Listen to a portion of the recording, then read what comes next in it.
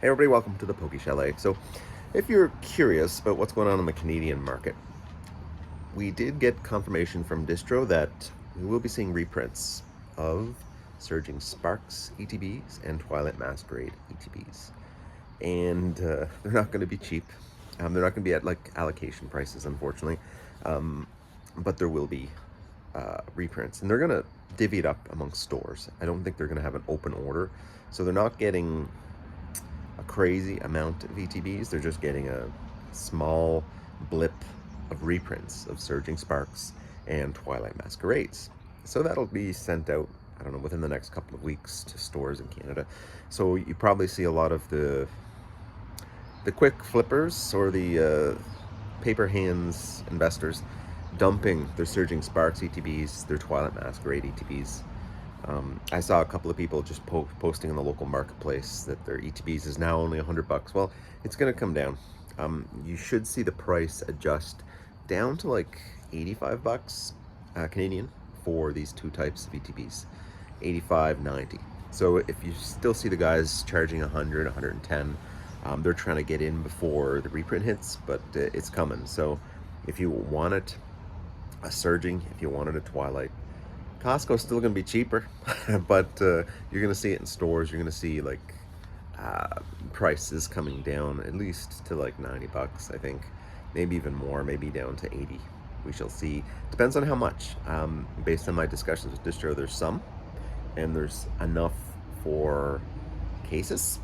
People will, like stores, small stores will be getting it like case amounts, which is good. It's different. So when we got Surging Sparks, we only got 3 or 4 cases originally, and I'm hoping to pick up 2 or 3 more.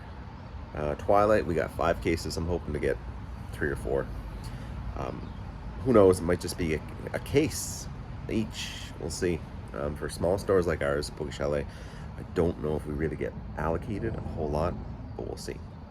Now, if you're holding Surging Sparks, if you're holding Twilight Masquerade, and by that I mean you're like, it's on your flipping shelf. You've bought 2, you've opened 1, and you have 1 to trade. If you can get it sold now for like 100, I think you're okay. But otherwise, you're just gonna have to hold it longer. Those 2 reprints, I mean, Surging and Twilight are really good sets. Those 2 reprints are probably gonna set back the price probably a year. You're gonna see the fact that it's not the newest set, although they are good sets, they have good chases. Twilight and Surging, good chases. Most of the real big chase activity is done with those sets, and you're gonna move on to like FOMO people who missed out.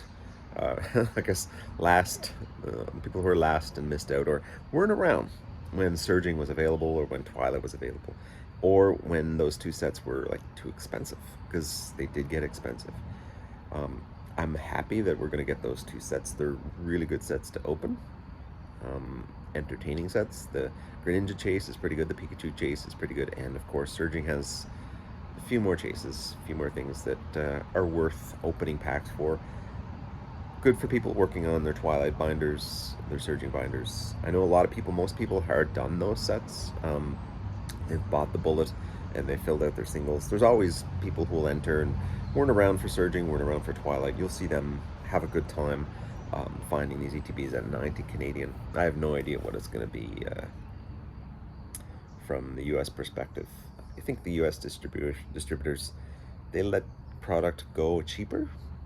Canadians, we do not. We pay a lot, and I think we're still paying like pretty much big tariffs. We're paying big tariffs on stuff coming in. I saw like some some Instagram fella saying, "Oh, we're gonna have cheap Pokemon in Canada once again because the Kuzma tariffs are gone." But I don't think. I guess I have to ping my distro. I don't think that Pokemon cards are covered under Kuzma, the North American critical goods category. So I don't think we're going to see cheap Pokemon until some major political changes happen with the Canadian government. I really hope they get rid of those retaliatory tariffs. They don't make any sense from a, well, yeah. Summer's coming to an end. We're going to see some interesting products come to market.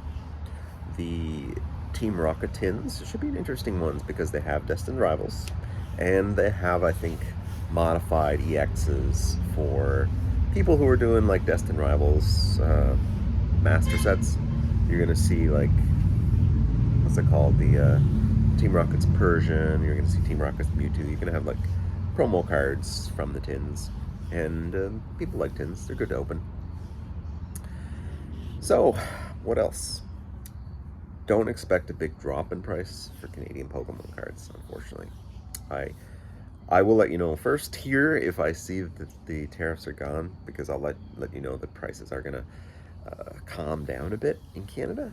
As you know, Canadians were paying more than we want to be paying for Pokemon cards, even at release. I'd love if they're gone. It'd be so nice to get the Mega Set without the extra 25% we're currently paying, but we shall see. Some of the things that are going to happen now is the older Scarlet and Violet sets are going to start last chance. And I think even the Surging Sparks, the Twilight ETB reprint, is a last chance opportunity for you to have some on your shelf. I don't expect those sets to reprint. Now, if you can get them in Costco, if you can get the Surging Sparks in Costco, definitely get it. That's cheaper than I think what we're getting it in from Distro. Great. Costco getting it cheaper than Distro, which, whatever. From what I understand, at least it'll be good. It'll be good, like bundle. I think a Surging Sparks ETB in either a Pokeball or a 6-pack of Surging. It's good. It's well worth picking one of those up for your shelf or for your Rubbermaid tin or tote, whatever. Putting it away. Having some Surging in a couple years to open will be fun. It'll be fun. It's like, let's look back. It'd be a little bit like Brilliant. So Brilliant didn't go like super crazy. It's sort of following the other ones. I thought Brilliant was brilliant. It was an amazing set. But I think Surging is going to be the Brilliant of Scarlet and Violet. It was a great set. People liked opening it, but it's not super hype. It'll be like steady performer as you go along, and it'll be nice to have a Pikachu set. That Pikachu ETB is pretty cool. I mean, the Vivid Voltage was a hard set to open. I mean, the only one chase was the Rainbow Chilchu, and that was it. But it was a really nice looking ETB. The red ETB with the gold Pikachu was beautiful, and I think the blue and yellow, the Surging, is a nice ETB as well. So definitely pick one up for your shelf, or two, one on each side. It's a good looking ETB. The Twilight, the masks. The Twilight's an interesting set. It's the masks set, and I don't know if the masks really caught on as an intriguing Pokemon because of the fact that it's like a mask based. If there was a compelling like evolution line with Ogre Palms, I think it'd be more interesting Pokemon. But lacking like an evolution line, it's just not going to be a long-term Pokemon hold. It's like the Urshifus, right? They're nice. I mean, they hit Cub Fu, but it doesn't even have a Cub Fu. Urshifus and Cub Fu and all that fun stuff. I would really, maybe they'll evolve the Ogre Palms at some point, or make some sort of Voltron Ogre Palm with them combining to form a single big mask. We shall see. But I don't know if Twilight's an okay set to open.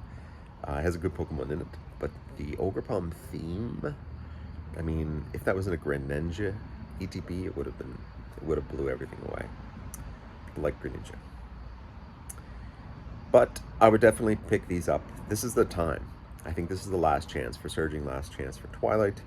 If you want them for your personal collection, if you're investing, I think those are good holds.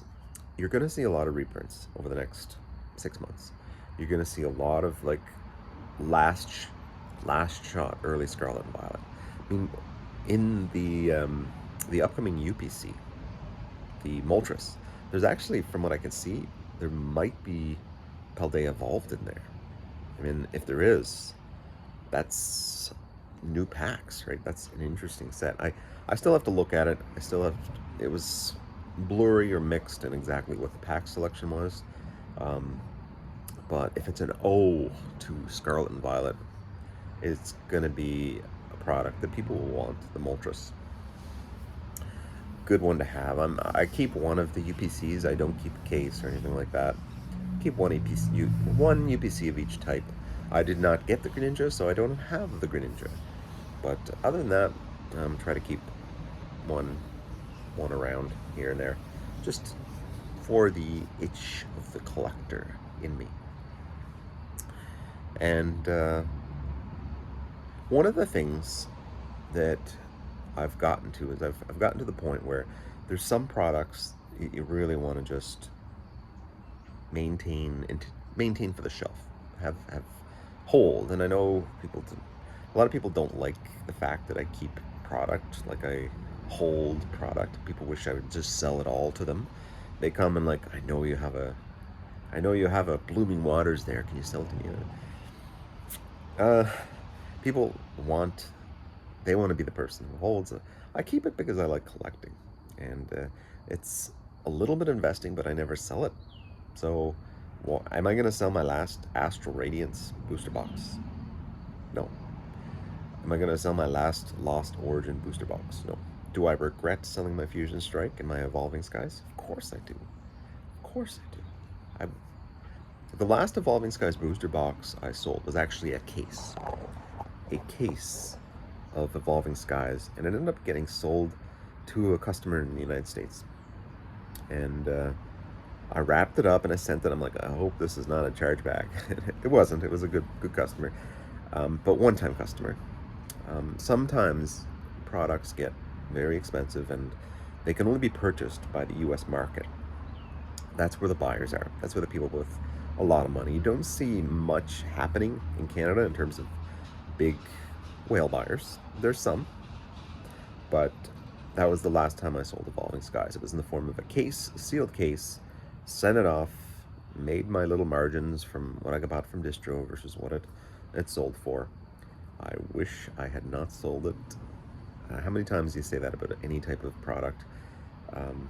You say that all the time. But you gotta.